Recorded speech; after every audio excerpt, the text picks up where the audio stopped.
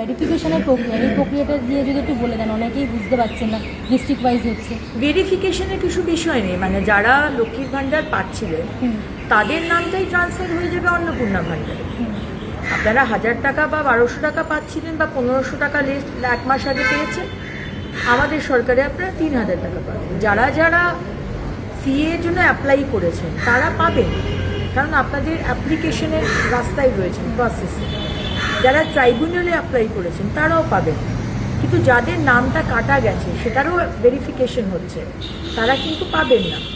বাকি যারা পেয়ে এসছেন তাদেরকে আবার করে আমি শুনছি কেউ কেউ যাচ্ছে ফর্ম ফিল আপ করছে, আইসিডিএস কেউ কেউ যাচ্ছে ফর্ম ফিল আপ করছে, বা ডিএম অফিসে গিয়ে নাকি ফর্ম ফিল আপ করছে। এরকম ফর্ম ফিল আপের কিন্তু কোনো বিষয় নেই।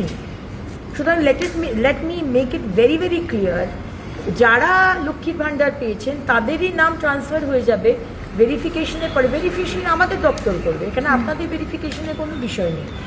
আর যারা ধরুন 15 বছরে পাননি, আরে বিজেপি করার জন্য আপনাকে দেওয়া হয়নি, বা আপনি খুবই গরিব কিন্তু তাও আপনাকে দেয়নি, তাদের আমরা শুরু করব। আমরা অলরেডি পোর্টাল খুলছি, এখনো কিন্তু পোর্টাল রেডি হয়নি।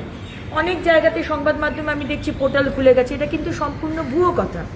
পোর্টাল খুললে আমরা আনুষ্ঠানিকভাবে আপনাদের জানাবো। যারা যারা পাচ্ছেন না সেই পোর্টালে অ্যাপ্লাই করবেন, যারা পাননি 15 বছর ধরে, এবং তাদেরটা আমরা 2-3 মাস বাদে বাজেট হওয়ার পরে আমরা সেটা দেবো।